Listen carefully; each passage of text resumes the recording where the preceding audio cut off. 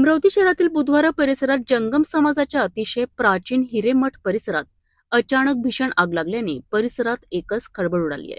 मठाच्या ओसाड जागेवर साचलेली लाकडे, झाडे आणि झुडपे क्षणार्धार्थ पेट घेतल्याने धुराचे मोठे लोट परिसरात पसरलेत. सुदैवाने कोणतीही जीवितहानी झाली नसली तरी नागरिकांमध्ये भीतीचे वातावरण निर्माण झाले आहे. या घटनेमुळे आता प्रशासनाच्या दुर्लक्षावर प्रश्नचिन्ह उपस्थित होत आहे. अमरावती शहरातील बुधवारा परिसरात असलेल्या जंगम समाजाच्या प्राचीन हिरेमठ परिसरात दुपारच्या सुमारास अचानक आग लागली. मठाच्या खुल्या जागेत मोठ्या प्रमाणात पडून असलेली सुकलेली लाकडे, झाडे आणि झुडपे यांना आग लागून काही वेळातच ती भीषण स्वरूप धारण करत परिसरात धुराचे ढग पसरलेत. घटनेची माहिती मिळताच अग्निशामक दलाने तत्काळ घटनास्थळी धाव घेत आग आटोक्यात आणण्याचे प्रयत्न सुरू केलेत. सुदैवाने या आगीत कोणतीही जीवितहानी किंवा वित्तहानी झाली नाही.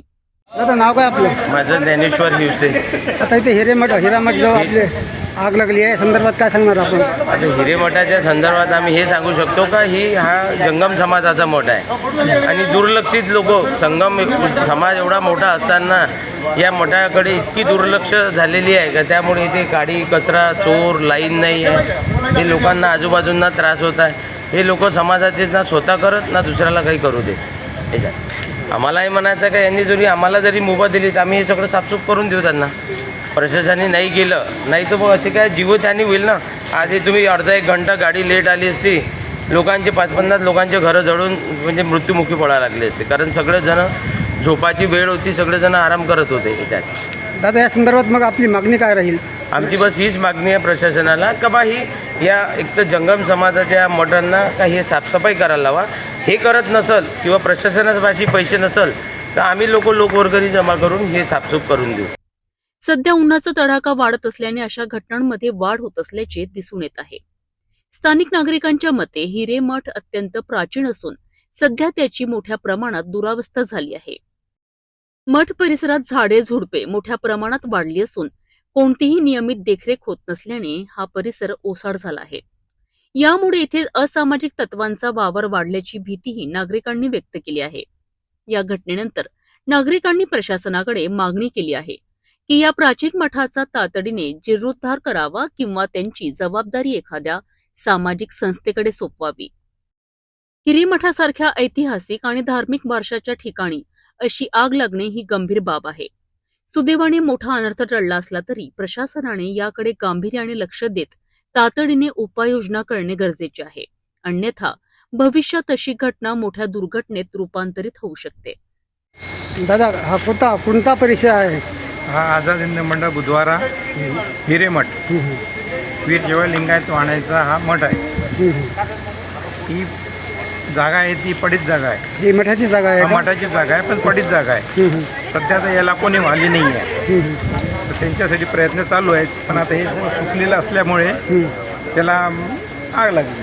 तिथं काय होतं नेमकं तिथं जिथं आग लागली? काय नाही, नुसतं झाडी होती आणि झाडीचं ते लाकडं वगैरे ठेवलेली होती आणि काही सामान आहे लोकांचं तिथे भाडोत्री आहे त्यांनी सामान टाकलेलं आहे. त्याला पण आग लागली आणि ते पेटता सगळं पेटून गेलं. ते समाजाचं नुकसान किती झालं त्यांचा काही अंदाज करू शकता का? बाकीचं नुकसान नाही, फक्त हे झाडं वगैरे ते कचरा होता पडलेला तो सुकलेला आहे आणि त्यांनी मग तो आग लागली. की आगीमुळे अजून काय नाही, बाकी काहीच नाही. हानी काय होऊ शकली असती?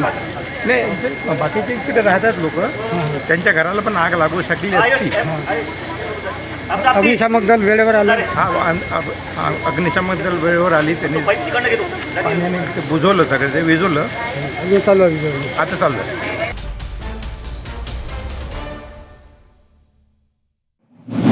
अमरावती जिल्ह्यातील बडनेरा परिसरात प्रशासनाच्या निष्काळजीपणाचा गंभीर प्रकार समोर आला आहे. जय हिंद चौकात एक जर्जर झाड कोसळून घराचे नुकसान झाल्याची घटना घडली आहे.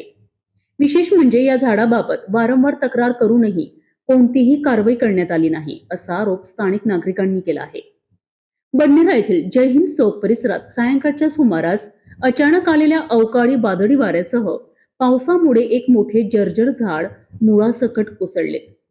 हे झाड ठाकूर यांच्या घरासमोर होते, जे थेट विद्युत खांबावर आदळून शेजारी राहणाऱ्या संजय कटारिया यांच्या घरावर पडलेत. सुदैवाने या घटनेत कोणतीही जीवितहानी झाली नाही. मात्र झाड कोसळल्यामुळे वीज वितरण कंपनीच्या तारांचे मोठे नुकसान झालेत आणि काही काळ परिसरातील वीज पुरवठा खंडित झाला. स्थानिक नागरिकांनी दिलेल्या माहितीनुसार हे झाड गेल्या अनेक वर्षांपासून धोकादायक स्थितीत होते. याबाबत महानगरपालिका, सार्वजनिक बांधकाम विभाग आणि वीज वितरण कंपनीकडे अनेकदा तक्रारी करण्यात आल्या होत्या. मात्र प्रत्येक विभागाने जबाबदारी एकमेकांवर ढकलत कोणतीही ठोस कारवाई केली नाही. विशेष म्हणजे संबंधित अधिकाऱ्यांनी प्रत्यक्ष पाहणी करत या 50 वर्ष जुन्या झाडाला काहीही होणार नाही असे तोंडी आश्वासन दिले होते. परंतु आजच्या वादळात हे झाड कोसळल्याने प्रशासनाच्या दाव्यांवर प्रश्नचिन्ह निर्माण झाले आहेत.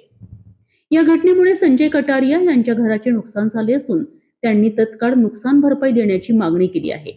तसेच परिसरातील इतर धोकादायक झाडांची तातडीने तपासणी करून भविष्यात मोठी दुर्घटना टाळण्याची मागणी नागरिकांनी केली आहे. एकीकडे नागरिक वारंवार तक्रारी करत असताना प्रशासनाकडून दुर्लक्ष होत असल्याचे हे जिवंत उदाहरण समोर आले आहे. सुदैवाने यावेळी जीवितहानी टळली, मात्र पुढील वेळी अशीच निष्काळजीपणा जीवावर बेतू शकतो. त्यामुळे प्रशासनाने तातडीने जागे होऊन आवश्यक उपाययोजना करणे गरजेचे आहे. संजय भाऊ, आपल्या घरासमोर आज वादळी वाऱ्यामुळे एक झाड पडलं, त्या संदर्भात काय सांगाल? काय नुकसान झालं आपलं? आम्ही या ठिकाणी रहिवासी, जेवढे रहिवासी आहे त्यांनी महानगरपालिकेला सुद्धा निवेदन दिले होते की हा झाड पुन्हा जुना झालेला आहे आणि आतमधून सडलेला झालेला आहे, त्याचा खोड तरी तुम्ही ते कापून घेण्यात यावे. त्यांनी आमच्या ऐकलं नाही. त्यानंतर त्यांनी आम्हाला सांगितलं की तुम्ही BNCमध्ये जा, आमच्या एरियात येत नाही का. आम्ही मग BNCमध्ये तक्रार केली तर त्यांनी त्या तक्रारीची दखल घेतली नाही. त्यांनी येऊन आमचं जे झाड पाहणे गेले आणि त्यांनी सांगितलं की या झाडाला 50 वर्ष अजून काही होत नाही. आता मला सांगा, यांनी 50 वर्ष सांगितलं, आता हे एवढ्याचा हवेमुळे हा झाड पडलं, याची जबाबदारी ते BNCवाले घेणार काय? ते तर बरं झालं की कोणती जीवितहानी झाली. माझ्या घरावर तर पडलं, माझ्या घराचे रेलिंग वगैरे त्याला नुकसान थोडंसं झालेलं आहे. या झाडामुळे इलेक्ट्रिक पोल सुद्धा पडलेला आहे, त्याच्यामुळे अजून काहीतरी नुकसान झालं असतं तर तुम्ही या संदर्भात आपण जे महाराष्ट्र राज्य वितरण कंपनी आहे त्यांच्याकडे तक्रार केल्या होत्या का? महाराष्ट्र राज्याकडे तर सांगितलं होतं की बाबा या इलेक्ट्रिक पोलवर झाडाचे फांदे आलेले आहेत, तुम्ही इलेक्ट्रिक बंद करून हे झाडाच्या फांद्यात छाटून घ्या, नाही तर पुढं मागं जाऊन कोणती हानी होऊ शकते. पण त्यांनी ते निग्लेक्ट केलेले, त्यांनी ते फांद्या छाटले गेले नाही. याच्या 1-1.5 महिना पहिले महानगरपालिकेची गाडी आली होती छटायची. आम्ही त्यांना सांगितलं होतं की बा हे झाडावर इलेक्ट्रिक पोलवर जे फांदे आहेत ते छाडू नका, कारण की हवेमुळे लाईन बंद चालू होते. त्यामुळे त्यांनी ते निग्लेक्ट केलं होतं. त्यांनी काही आम्हाला रिस्पॉन्स दिलेला नाही. तेव्हाही ते म्हणे उद्या येऊन कापून घेतो म्हणे, आमचं पेट्रोल डिझेल संपलेलं आहे म्हणे उद्या. पण आजपर्यंत 1.5 महिना झाला ते आलं नाही आणि आज हे झाड पडलेलं आहे. ते सुदैवाने कोणती जीवितहानी झाली नाही. पण पोल इलेक्ट्रिक चालू होत असताना पोल वाकडं झालेलं आहे आणि ते कोणी करंट लागू शकलं असतं. आम्ही मग जाधव साहेब MSEB आले, त्यांना सांगितलं की बाबा लाईन बंद करा. मग त्यांनी लाईन बंद करून हे केलेलं आहे, नाही तर कोणती अजून जीवित मोठी हानी झाली असती. हे सर्व जबाबदार आहे. MSEBवाले जबाबदार आहे, महानगरपालिका जबाबदार आहे आणि BNCवाले जबाबदार आहे. याला आपण याच्या आधी अशा किती तक्रारी केल्या? महानगरपालिकेला 2-3 तक्रारी केल्या होत्या, BNCला 2 वेळा दिलं होत्या. बरं, या झाडापासून किती लोकांना त्रास होता आणि किती लोकांनी सह्या करून निवेदन दिली? कमी कमी 10-15 लोकांनी, इथले जे रहिवासी आहे आमच्या, त्यांनी सर्वांनी सह्या करून दिलं होतं. आता आपली मागणी काय आहे? आमची मागणी आहे की जे आमचं झालेलं आहे नुकसान, आता नवीनच बांधकाम केलं होतं, बाहेरचे जे टाईल्स वगैरे आमचे फुटलेले आहे याचे कोण भरपाई करणार आहे? आपली मागणी काय राहील? आमची मागणी आहे की आमची जेव्हा कोणत्याही पब्लिकची तक्रार गावातल्या जे जुने झाडं आहे त्याची दखल घेऊन त्या जनतेची दखल घेतली पाहिजे आणि ताबडतोब त्यांना न्याय देऊन ते झाडाची विल्हेवाट करायला पाहिजे.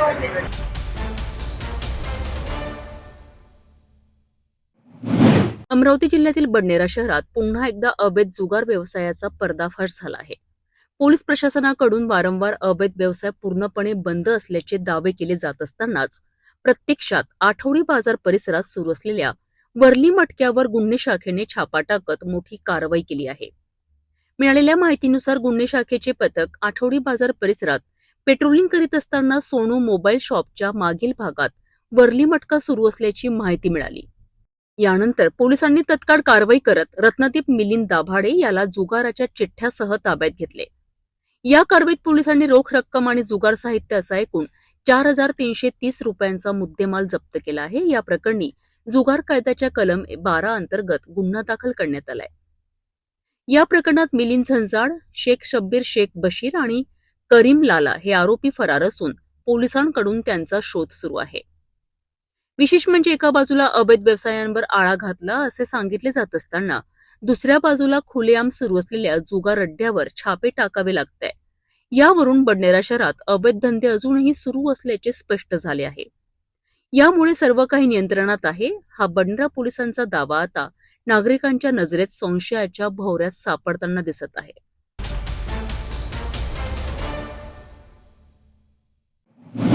रुग्णालय जिथे लोक उपचारासाठी यवतमाळ, बुलढाणा आणि वाशिम या 5 जिल्ह्यातील रुग्णांना सेवा देणाऱ्या विभागीय मल्टी स्पेशालिस्ट हॉस्पिटलमध्ये अस्वच्छतेचं गंभीर चित्र समोर आलं आहे.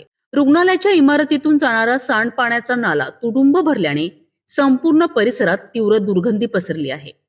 या नाल्यातून मोठ्या प्रमाणात डास आणि किड्यांची उत्पत्ती होत असून रुग्ण आणि त्यांच्या नातेवाईकांच्या आरोग्याला धोका निर्माण झाला आहे. याशिवाय रुग्णालयाच्या मोटरसायकल स्टँडजवळ वैद्यकीय टाकाऊ वस्तूंचा मोठा खच पडलेला आहे. या कचऱ्यामुळे परिसर अधिक अस्वच्छ झाला असून संसर्गजन्य आजारांचा धोका वाढला आहे. महत्वाचे म्हणजे या गंभीर समस्येकडे रुग्णालय प्रशासन दुर्लक्ष करत असल्याचा आरोप नागरिकांनी केला आहे. नागरिकांनी तात्काळ स्वच्छता मोहीम राबवून सांडपाण्याची समस्या दूर करण्याची मागणी केली आहे. जिथे आरोग्य मिळायला हवं तिथेच धोका निर्माण होणं चिंताजनक आहे. आता प्रशासन याकडे किती गांभीर्याने पाहतं हे पाहणं महत्वाचं ठरणार आहे.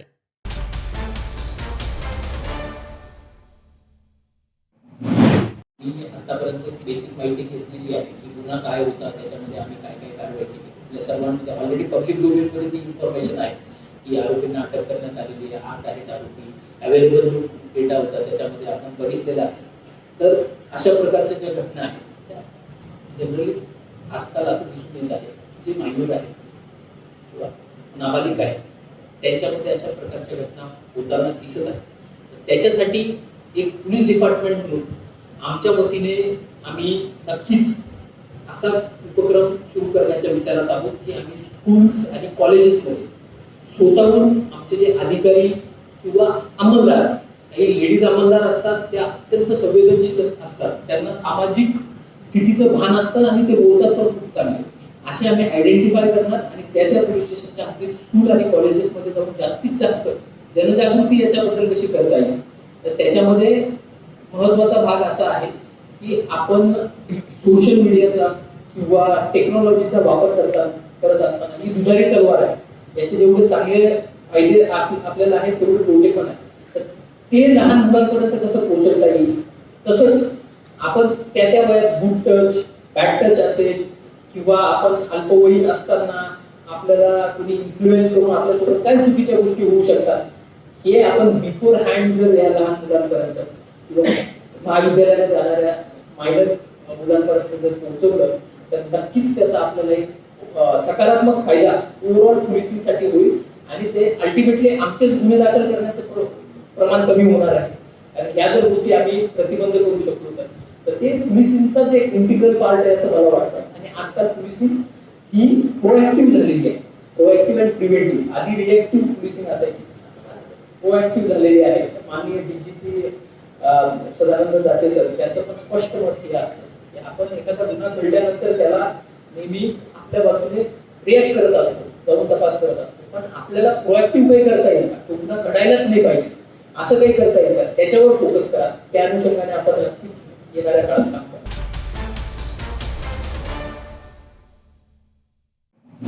परिचय देतो. मी केतन कदम, मी 2019 बॅचचा IPS अधिकारी आहे. मी याच्या आधी अमरावती ग्रामीण जिल्ह्यात काम केलेलं आहे आणि आय होप तुम्ही म्हणजे आपल्यापैकी काही जे असतील त्यांनी त्यावेळेसही माझ्यासोबत बोलले होते आणि ते मी आपल्याला म्हणजे आठवणीत असेल असं मला वाटतं. त्यानंतर मी लातूर जिल्ह्यात ASP म्हणून काम केलेलं आहे, असिस्टंट ASP म्हणून. नंतर प्रमोशनवर मी नागपूर येथे गेलो, DCP नागपूरमध्ये 2005, जवळपास 1-2.25 वर्ष तिथे मी होतो. त्यानंतर प्रमोशनवर इथे अमरावती ग्रामीण पोलीस अधीक्षक म्हणून नियुक्ती झालेली आहे. परवा रात्री चार्ज देखील घेतलेला आहे ते जिल्ह्याचा. त्यासाठी माझे जे वरिष्ठ आहेत त्यांनी माझा हा विश्वास दाखवला की अमरावतीसारखा मोठा जिल्हा आहे, तिथे मला एवढी जबाबदारी दिली त्याबद्दल मी त्यांचा आभार मानेन. आणि आपण सर्वजण एक टीम म्हणून इथून पुढे अमरावती ग्रामीणच्या जनतेला सेवा देण्यासाठी काम करू ही अशी माफक अपेक्षा माझी असेल. आपण चौथा स्तंभ आहात लोकशाहीचा. माझ्या आत्तापर्यंतच्या पोलिसिंगच्या प्रवासात मला नेहमीच आपल्याकडून सहकार्य लाभलेलं आहे. इथेही गेलो तिथे सहकार्य लाभलेलं आहे. माझ्याकडून आपल्याला जी पारदर्शकता असेल किंवा जी माहिती असेल ती नक्कीच वेळोवेळी आमच्या SP ऑफिसच्या प्रतिनिधींमार्फत पोहोचत राहील. आपल्यालाही काही माहिती लागली you can any time message me, call मी. आपल्याला ती माहिती पुरवली जाईल. आपले काही इतर काही मदतीचे विषय असतील, बऱ्याचदा आपण पत्रकार म्हणून किंवा अशा ठिकाणी काम करता आहे की जनतेसोबत नेहमी आपला संपर्क असतो. आपल्याला बऱ्याचदा निदर्शनास येत असतं की कुठे खरं मदत लागते, कुठे न्यायाची गरज आहे. तर अशाही गोष्टी आपण आमच्या निदर्शनास आणून दिल्या तर त्याच्यासाठी पण आम्ही अगदी ताकदीने काम करू. आणि अल्टिमेट बॉटम लाईन हीच आहे की आम्ही इथे अमरावती ग्रामीणची जी टीम आहे, मी आणि माझी संपूर्ण टीम ते जनतेच्या सेवेसाठी बसलेलो आहोत.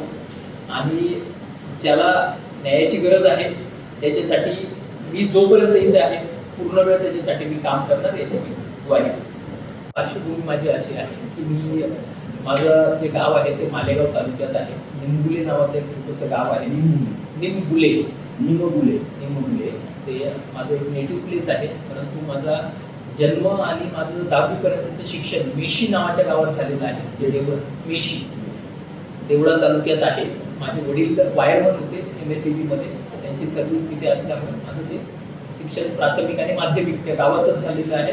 त्यानंतर मग मी डिप्लोमा केलेला आहे गव्हर्नमेंट पॉलिटेक्निक नाशिक येथून कम्प्युटरमध्ये. आणि ते डिप्लोमा झाल्यानंतर मग इंजिनिअरिंग केली Walchand college of engineering Sangli. त्यानंतर मी 2 वर्ष एका IT कंपनीत जॉब देखील केलेला आहे मुंबई येथे. आणि त्यानंतर ते सोडून मग मी UPSCचं प्रिपरेशन केलं आणि 2019मध्ये सिलेक्ट झाले. म्हणजे basically I am computer science engineer. म्हणजे कुटुंबात पोलीस किंवा नाही. टू बी व्हेरी फ्रँक, ज्यावेळेस Walchand college of engineering Sangli one of the reputed institutions in Maharashtra. तिथे एज्युकेशनची क्वालिटी पण खूप चांगली आहे. तिथे कॅम्पस प्लेसमेंट्स पण खूप चांगले आहेत.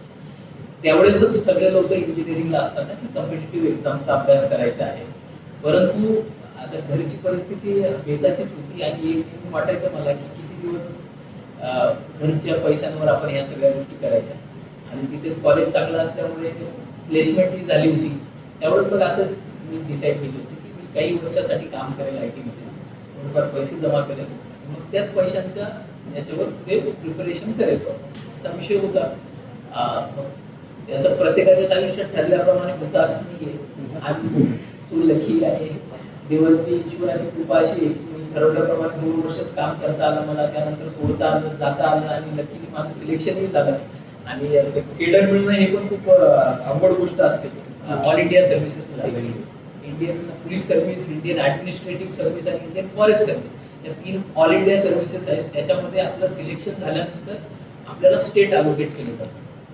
तर आता मी म्हणजे नशिबान समजतो स्वतःला. मला महाराष्ट्र स्टेट मिळालं. मला जिथे मी जन्म झाला, जिथे वाढलो त्याच मातीतल्या जनतेची सेवा करायची मला संधी मिळाली. आणि ते त्याच्यासाठी मी I am very thankful to God. आणि तीच कमिटमेंट आहे माझी. ह्या जनतेची सेवा अगदी निस्वार्थपणाने करत राहायची आणि त्यासाठी आपल्या सगळ्यांची मला मदत. काही जमिनीचे वाद असू शकतात किंवा मग छोट्या मोठ्या चोऱ्या असतात शेतीच्या याच्यामध्ये किंवा दुष्काळाचं वर्ष असेल तर त्यावेळेस ते बरेच इश्यू असतात. तर अशा प्रकारचे महत्त्वाचे विषय जे आहेत त्याच्यामध्ये कायदा आणि सुव्यवस्था कशी टिकून राहील हे आमचं प्राधान्य असणार आहे. आणि दुसरं एक अमरावती जिल्ह्याचं आपण सांगितलं की थोडासा इतिहास राहिलेला आहे ज्याच्यात सांप्रदायिक वाद जे कम्युनल इन्सिडेंट्स होत असतात. तर त्यामध्ये अशा प्रकारचे कम्युनल इन्सिडेंट्स होणार नाही आणि कम्युनल हार्मनी म्हणजे ते होणार नाही एवढंच आमचं प्राधान्य नसणार.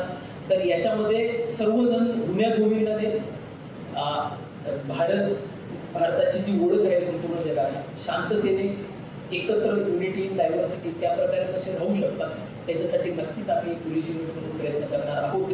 पुन्हा एकदा मी एक गोष्ट याच्यामध्ये रिपीट करेन की कम्युनल हार्मनी हे जर डिस्टर्ब करण्याचा कोणी प्रयत्न करत असेल तर मग आम्ही त्याच्यावर अगदी स्ट्रिक्ट आणि स्ट्रिंजंट कायदेशीर कारवाई करणार. आणि दुसरी गोष्ट आणि अत्यंत महत्त्वाची गोष्ट की सर्वच जाती धर्मामध्ये सर्वच समाजामध्ये अगदी मोजके असामाजिक तत्व असतात, सर्व ठिकाणी असतात. त्याच्यामुळे एक विशिष्ट समुदाय किंवा एक विशिष्ट समाज त्याच्यामध्येच असतात असं नाही आहे. त्यामुळे हे सगळ्यांनी समजून घेणं गरजेचं आहे. जिथं जिथं असामाजिक तत्व असतील, जिथं जिथं अँटी नॅशनल एलिमेंट्स असतील त्यांच्यावर कारवाई केली जाईल आणि अशी कारवाई केली जाईल की ते सर्वजण लक्षात ठेवतील अशी कारवाई केली जाईल.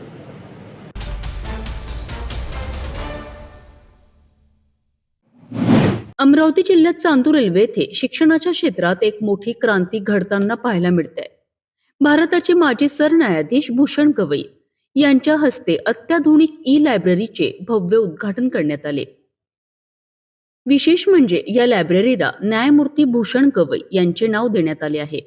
या उपक्रमांमुळे ग्रामीण भागातील विद्यार्थ्यांना डिजिटल शिक्षणाची नवी दिशा मिळणार आहे. अमरावती जिल्ह्यातील चांदूर रेल्वे नगर परिषदेच्या वतीने साकारण्यात आलेली ही अत्याधुनिक ई-लायब्ररी आता विद्यार्थ्यांकरिता ज्ञानाचे नवे केंद्र ठरणार आहे. या लायब्ररीचे उद्घाटन माजी सरन्यायाधीश भूषण गवई यांच्या हस्ते मोठ्या उत्साहात पार पडलेत.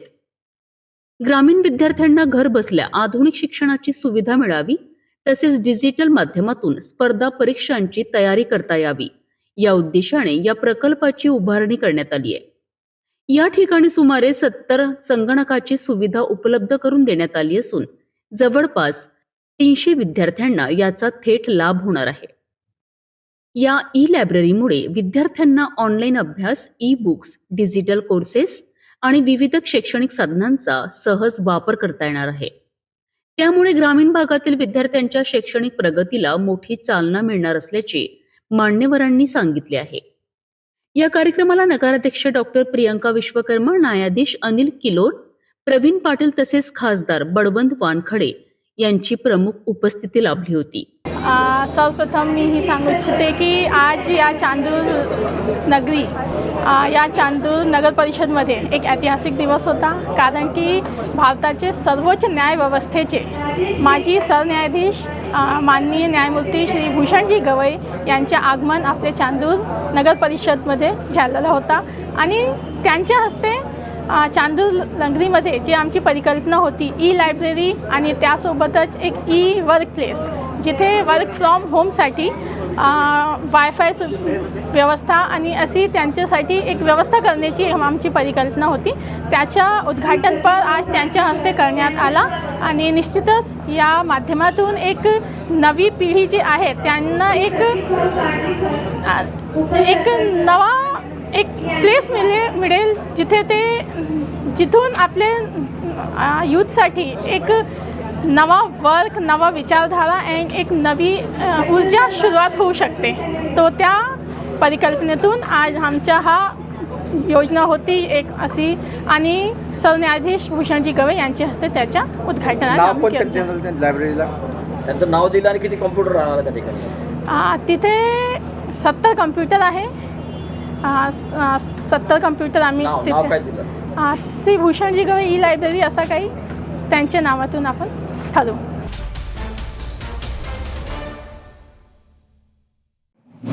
समृद्धी महामार्गावर पुन्हा एकदा थरारक घटना समोर आली आहे.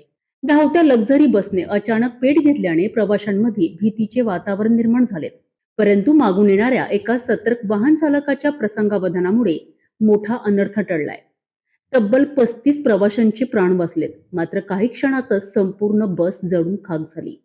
मुंबईहून यवतमाळ जिल्ह्यातील पुसदकडे निघालेली MH38F3899 क्रमांकाची लक्झरी ट्रॅव्हल्स बस 2 मे रोजी पहाटे 5:45 वाजताच्या सुमारास समृद्धी महामार्गावर धावत होती.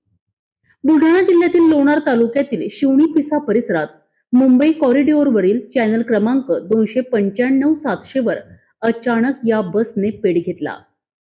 भरधाव वेगाने धावणाऱ्या बसमधून धूर आणि ज्वाळा निघत असल्याने मागून येणाऱ्या वाहन चालकाच्या लक्षात आले. त्यांनी तत्काळ बस चालकाला इशारा दिला. यावेळी चालकाने प्रसंगावधान राखत बस तात्काळ बाजूला घेतली आणि सर्व प्रवाशांना खाली उतरवले. त्यामुळे मोठी जीवितहानी टळली. मात्र काही क्षणातच आग भीषण स्वरूप धारण करत संपूर्ण लक्झरी बस जळून खाक झाली. बसचा केवळ लोखंडी सांगाडा उरला. या गोंधळात बसमधील प्रवासी बबन कदम वय 48 वर्ष राहणार पुसद यांच्या खांद्याला किरकोळ दुखापत झाली.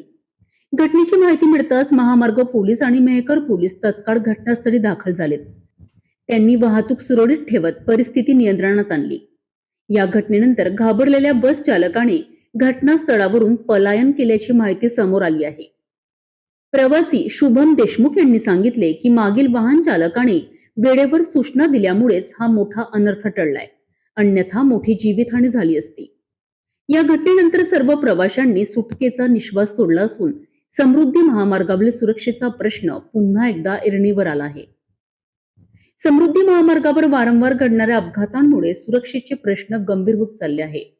मात्र या घटनेत एका सतर्क वाहन चालकाच्या जागरूकतेमुळे 35 प्रवाशांची प्राण वाचलेत. हीच खरी दिलासा देणारी बाब आहे.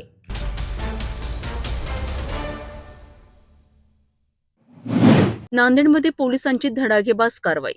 शिवणी तांडा परिसरात हातबट्टी आणि बनावट दारूचा मोठा अड्डा उद्ध्वस्त. रसायन मिश्रित दारू, हजारो लिटरचा साठा आणि 100 पेक्षा जास्त पोलिसांचा भला मोठा फौजपाठा. नांदेड जिल्ह्यातील किनवट तालुक्यात अप्पाराव पेठ शिवणी तांडा परिसरात पोलिसांनी मोठी मास रेड कारवाई केली आहे. अप्पर पोलीस अधीक्षक अर्चना पाटील यांच्या नेतृत्वाखाली ही धाड टाकण्यात आली आहे. या कारवाईत रसायन मिश्रित हातबट्टी दारू आणि बनावट सिंधी निर्मित करणाऱ्या अड्ड्यांवर छापे टाकण्यात आलेत. पोलिसांनी घराघरांची झडती घेत हजारो लिटर घातक दारू जप्त केली आहे. तसेच दारू तयार करण्यासाठी वापरले जाणारे रसायनयुक्त साहित्यही मोठ्या प्रमाणावर हस्तगत करण्यात आले. विशेष म्हणजे आरोग्यास गंभीर धोका निर्माण करणारी बनावट सिंधी दारूही पोलिसांनी जप्त केली आहे. या कारवाई दरम्यान अनेक संशयितांना ताब्यात घेण्यात आले असून त्यांची चौकशी सुरू आहे. अचानक झालेल्या या धाडेमुळे हातबट्टी आणि बेकायदेशीर दारू व्यवसाय करणाऱ्यांमध्ये एकच धावपळ उडाली आहे. संपूर्ण शिवणी परिसराला क्षणात छावणीचे स्वरूप प्राप्त झाले होते. या कारवाईत एसआरपी जवानांसह हिमायतनगर आणि इस्लापूर पोलीस ठाण्याचे अधिकारी तसेच नांदेड शहरातील विविध पोलीस ठाण्यांचा सहभाग होता. सुमारे 100 ते 150 पोलिसांचा फौजफाटा या ऑपरेशनमध्ये तैनात करण्यात आला होता. जप्त करण्यात आलेली दारू आणि साहित्य पोलिसांनी नष्ट केले असून अशा बेकायदेशीर धंद्यांविरोधात पुढेही कठोर कारवाई सुरूच राहील असा इशारा प्रशासनाने दिला आहे. आरोग्यास धोका ठरणाऱ्या अशा बेकायदेशीर धंद्यांवर पोलिसांचा कडक प्रहार, ही कारवाई गुन्हेगारीला मोठा इशारा मानली जात आहे. पोलीस अधीक्षक अविनाश कुमार सर यांच्या मार्गदर्शनाखाली नांदेड जिल्हा पोलीस दलातर्फे ऑपरेशन क्रॅकडाऊन राबवले जात आहे. त्यामध्ये विविध अवैध व्यवसाय जे आहेत, त्यामध्ये दारू असेल, गुटखा असेल, मटका असेल, जुगार असेल, त्यानंतर इतर पण जे आर्मॅक्ट असेल, एनडीपीएस असेल, अशा वेगवेगळ्या कायद्याच्या खाली कारवाई करण्यात येत आहे. त्याच अंतर्गत शिवनी मध्ये पण आम्हाला माहिती मिळाली होती की इथं रविवारचा बाजार असतो आणि त्यामुळे रविवारच्या दिवशी मोठ्या प्रमाणात हातभट्टीची दारू गाळली जाते. त्यामुळे आम्ही जवळपास एक नियोजन करून 8 अधिकारी, त्यानंतर 100 कर्मचारी असा एक आम्ही स्टाफ सकाळी जवळपास 6 वाजता इथे रेड करून आम्हाला प्रत्येक घरामध्ये आम्ही तपासणी केली आणि त्याप्रमाणे आम्हाला इथे मोठ्या प्रमाणात मोहाची हातभट्टी सापडलेली आहे. त्यानंतर काही ठिकाणी सिंधीची दारू पण सापडलेली आहे, गुटखा पण सापडलेला आहे. शिवणी येथे रसायन मिश्रित जे सिंधी बनवलेली जात होती ते गेल्या अनेक दिवसापासून सुरू होती, पण पोलिसांना वेळोवेळी झुंगारात तो चालवत होता आणि तो शाळेला सुद्धा पुरवत होता अशी आम्हाला माहिती आहे. नेमका प्रकार काय आहे? सिंधी बद्दल पण आम्हाला माहिती मिळाली होती, पण जेव्हा पोलीस कारवाई करायला यायचं त्यावेळेला आम्हाला तिथे काही मिळायची नाही. पण आज आम्ही अचानक कारवाई, म्हणजे कुणालाही न कळू देता अचानक सकाळी कारवाई केल्यामुळे आम्हाला सिंधी पण इथे मोठ्या प्रमाणात मिळाली. सिंधी आणि हातभट्टी दारू जर आपण अंदाजे किती असेल? साधारणतः 20 ते 25 घरांमध्ये आम्हाला हातभट्टी आणि मोहाचे फुलं सुद्धा मोठ्या प्रमाणात मिळाले. सिंधी पण जवळपास सिंधी पण मिळाली आणि यापूर्वी पण कारवाई झालेली आहे. यापूर्वी जी कारवाई झालेली होती त्या गुन्हेगारावर आता हद्दपारची कारवाई होणार का, जेणेकरून या गावामध्ये पूर्णपणे हातभट्टी दारू आणि सिंधी पूर्णपणे बंद होईल? ठीक आहे, ज्याच्यावर 2 किंवा 3 पेक्षा जास्त गुन्हे आहेत अशांचा आम्ही रेकॉर्ड काढून त्यांच्यावर कारवाई करू.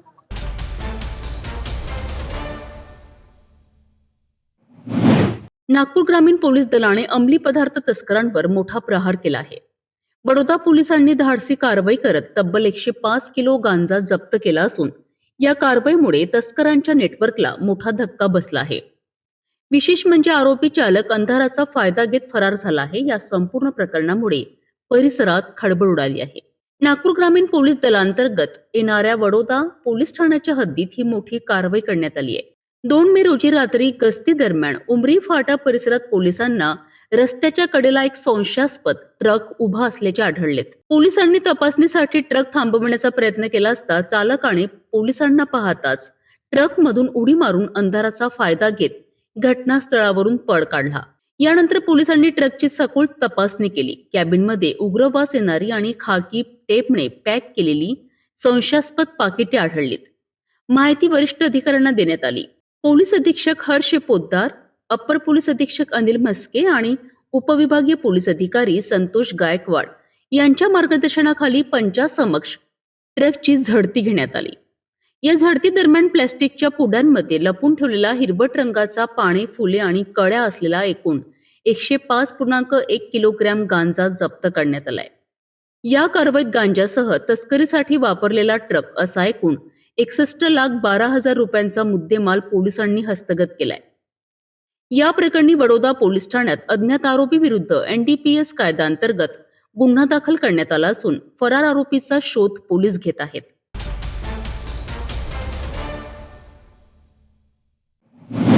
नागपुरात पुन्हा एकदा घरफोडीचा धक्कादायक प्रकार समोर आला आहे. परंतु यावेळी चोरी झाली ती थेट मंदिरातून. हनुमान मंदिरातील चांदीचा मुकुट आणि छत्री चोरून नेणाऱ्या आरोपीला अखेर गुन्हे शाखा युनिट क्रमांक 2 ने बेड्या ठोकल्या आहेत. नागपूर शहरातील गिट्टी खदान पोलीस ठाण्याच्या हद्दीत येणाऱ्या जगदीश नगर परिसरात ही घटना घडली आहे. फिर्यादी पवन बिटले हे हनुमान मंदिराची देखभाल करीत होते. मात्र 29 एप्रिलच्या रोजी दुपारी 3:30च्या सुमारास मंदिरातील हनुमानजींच्या मूर्तीवरील चांदीचा मुकुट आणि छत्री गायब झाल्याचे त्यांच्या लक्षात आले. या प्रकरणी त्यांनी तत्काळ CCTV फुटेज तपासले असता अज्ञात चोरट्याने मंदिरात प्रवेश करून सुमारे 40,000 रुपयांचा मुद्देमाल चोरून नेल्याचे स्पष्ट झालेत. यानंतर गिट्टी खदान पोलीस ठाण्यात अज्ञात आरोपींविरुद्ध गुन्हा दाखल करण्यात आलाय. गुन्ह्याचा तपास सुरू असताना नागपूर गुन्हे शाखा युनिट क्रमांक 2 ने तांत्रिक तपासाच्या आधारे आरोपीचा शोध घेतला. मिळालेल्या गुप्त माहितीच्या आधारे पोलिसांनी श्रावण कृष्णाजी खाकरे या 65 वर्षीय आरोपीला ताब्यात घेतले. पोलिसांच्या चौकशीत आरोपीने मंदिर चोरीची कबुली दिली आहे. विशेष म्हणजे आरोपी हा सराईत गुन्हेगार असून त्याच्यावर घरफोडी आणि चोरीचे तब्बल 29 गुन्हे दाखल असल्याचे उघड झाले आहे. पोलिसांनी आरोपीला अटक करून पुढील तपासाकरिता गिट्टी खदान पोलिसांच्या ताब्यात दिली आहे. ही संपूर्ण कारवाई पोलीस आयुक्त रवींद्रकुमार सिंघल यांच्या मार्गदर्शनाखाली गुन्हे शाखा युनिट क्रमांक 2च्या पथकाने यशस्वीरित्या पार पाडली आहे.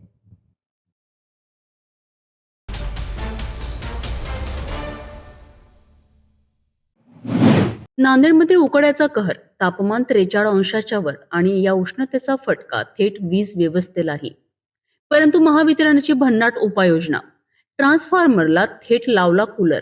नांदेड जिल्ह्यात सध्या उन्हाचा प्रचंड तडाखा जाणवत आहे. तापमान 43 अंश सेल्सिअसच्या वर पोहोचल्याने सामान्य नागरिकांसोबतच वीज यंत्रणेलाही मोठा ताण सहन करावा लागतोय. या वाढत्या तापमानामुळे ट्रान्सफॉर्मर गरम होण्याचा धोका वाढतोय.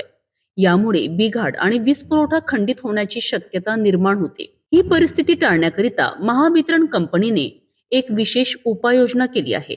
नांदेडच्या अर्धापूर येथील विद्युत केंद्रावर ट्रान्सफॉर्मरला कूलर बसविण्यात आले आहे. या कूलरच्या मदतीने ट्रान्सफॉर्मरचे तापमान नियंत्रित ठेवण्याचा प्रयत्न केला जात आहे. यामुळे ओव्हरहीटिंग टाळून वीज पुरवठा सुरळीत ठेवण्यास मदत होणार आहे. महावितरणाच्या या उपाययोजनेमुळे उन्हाळ्यातील संभाव्य बिघाड कमी होण्याची शक्यता आहे. उन्हाचा तडाखा वाढत असताना नवीन उपाययोजना आवश्यक ठरत आहेत. महावितरणाचा हा प्रयोग वीज पुरवठा सुरळीत ठेवण्यात किती यशस्वी ठरतो आहे हे पाहणं महत्त्वाचं ठरणार आहे.